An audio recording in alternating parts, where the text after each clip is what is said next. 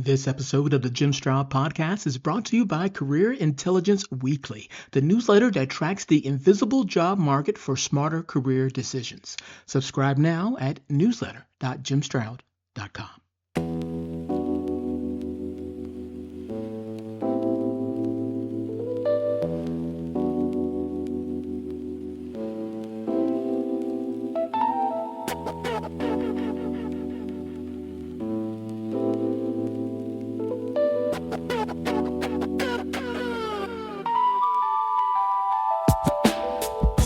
Picture the interview.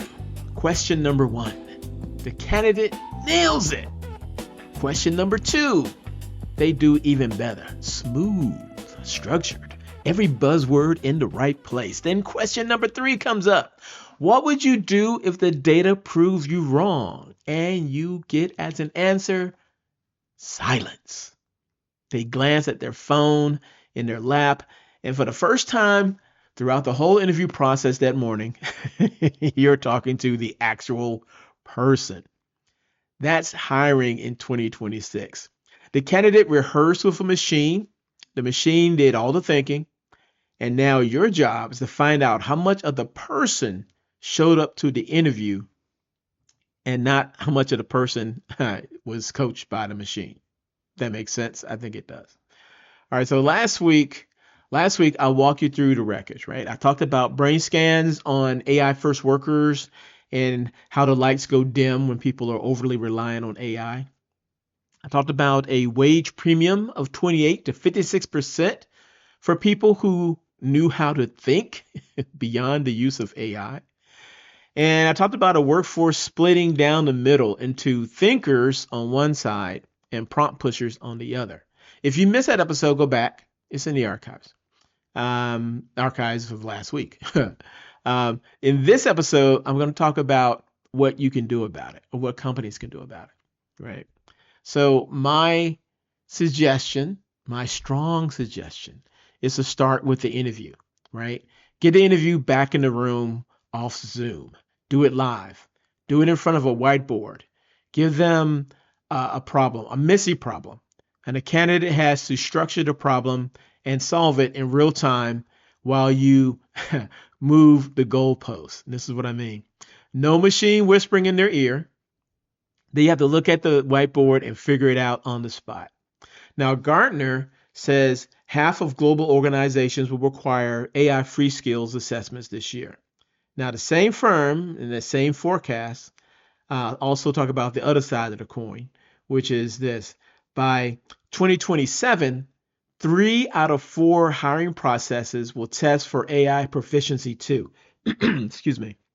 Now you put those together and you get the new standard where you're testing candidates with AI and then you test candidates without AI being allowed, because you're going to need both answers, because on the job you're going to need both muscles. Can they think without AI and how do they think with AI? Right? And then when you test them both ways, you got to dig, right? Because a candidate who prepped with a chatbot sounds brilliant for at least 2 questions. And then you ask a third question. You ask them, what happens when the data contradicts the conclusion? Ask what they got wrong the first time. And then the pressure builds, right? And there's a big hole where depth should be. And then, I think we got to rethink the word senior, right? Because the machine cranks out the first drafts of work about a pound now. So the bottleneck moved. It used to be you had to focus on production, the final output of something. But now it's all about review, I think the senior person going forward is the person who is the person who catches the error before it ships, right? Because the machine never says wait, but the person who says, hey, hold up, something's not right here. I don't care what the AI says, something's not right here. Whoever says that, that's the person you want to hire. Okay, now the uncomfortable part, the part that might get me in trouble. I think we should start to, or at least think about it, burn the pedigree filter. right? Because back in my day, when you saw when you saw an elite school or a prestigious internship, those used to be shortcuts for quality. You knew you were hiring somebody really strong then, right? But now those shortcuts, they appear to be leading you off a cliff. That the person who graduated from a boot camp, someone who switched careers, or I know the kid who taught themselves at a kitchen table how to build a computer or how to build some software.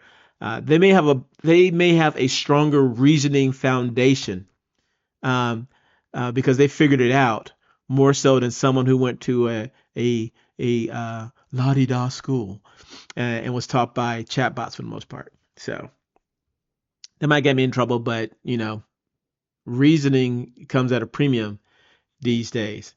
And when you look at someone's credentials, more and more they're telling you where somebody sat, but they don't tell you what somebody can actually do, right? Which is really weird. It's a time we're living in.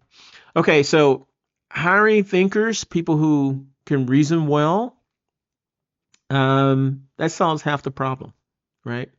The other half walks through your door every morning and opens up a chat window before they get their coffee.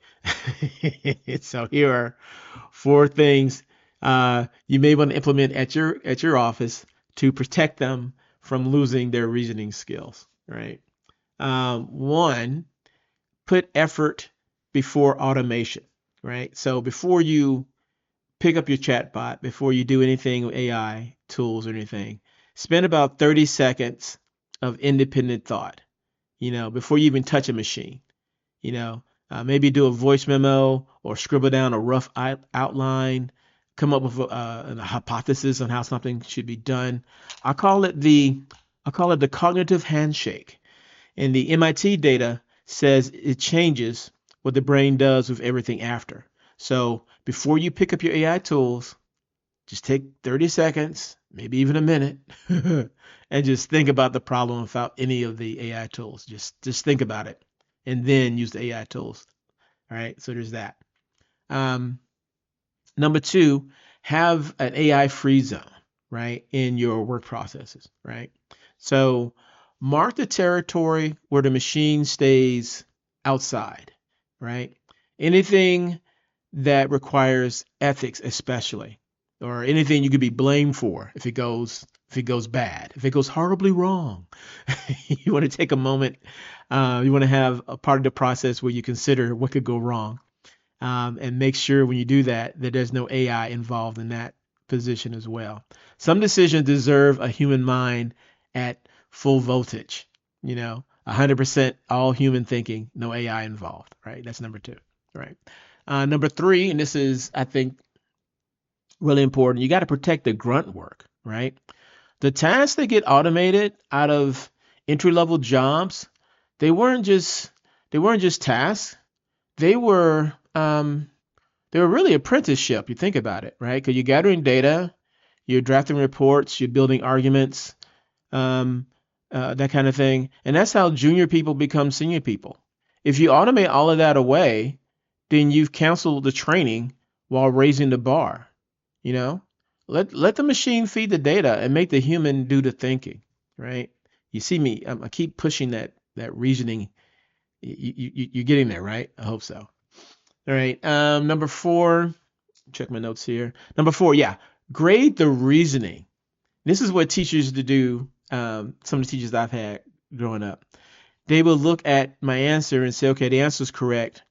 How did you get this answer? What was your reasoning behind it? Right? Make your people defend their recommendations out loud. Why do you think we should go in this direction versus the other direction? What are the advantages? What are the disadvantages? Tell me how you see it, right? And then every now and then, just to be a little crafty there, slip in a flawed AI output into the review pile. Something the AI did, and it's wrong. Put it in there anyway, just to see if somebody catches it or somebody just blindly goes with it because the AI said it's correct. right?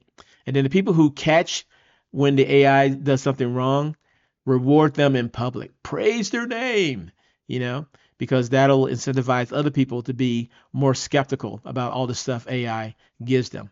And it'll force them, not force them, it'll incentivize them to think a problem through instead of just thinking, the AI said it, so it must be true, right?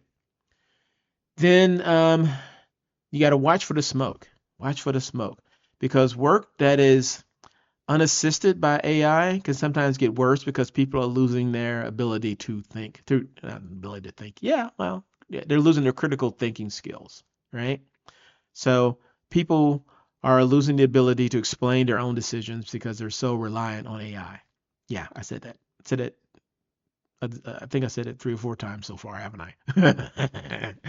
Boston Consulting Group has a name for it. They call it distributed de-skilling. And half the executives they surveyed already see it in their own shops. So here are the stakes. Here are the stakes. Every company on the planet is about to have the same models, the same LLM models, the same tools, the same subscriptions. That horsepower now becomes a commodity, like electricity. Everybody has it. And when everybody has it, there's no advantage, right? The advantage goes to the shop whose people can direct the machine, who can doubt the machine and outthink the machine when it matters.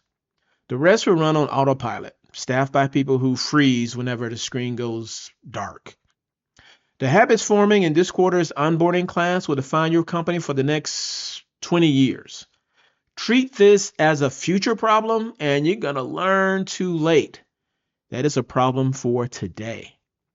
The machines are cheap, people. I suggest that you bet on the minds. You have been listening to the Jim Stroud Podcast, a proud member of the Purple Acorn Network. If you like what you heard, hate what you heard, or don't know what you just heard, I want to know about it. Email your questions and comments to podcast@jimstroud.com. That's podcast@jimstroud.com. Do it now. Operators are standing by.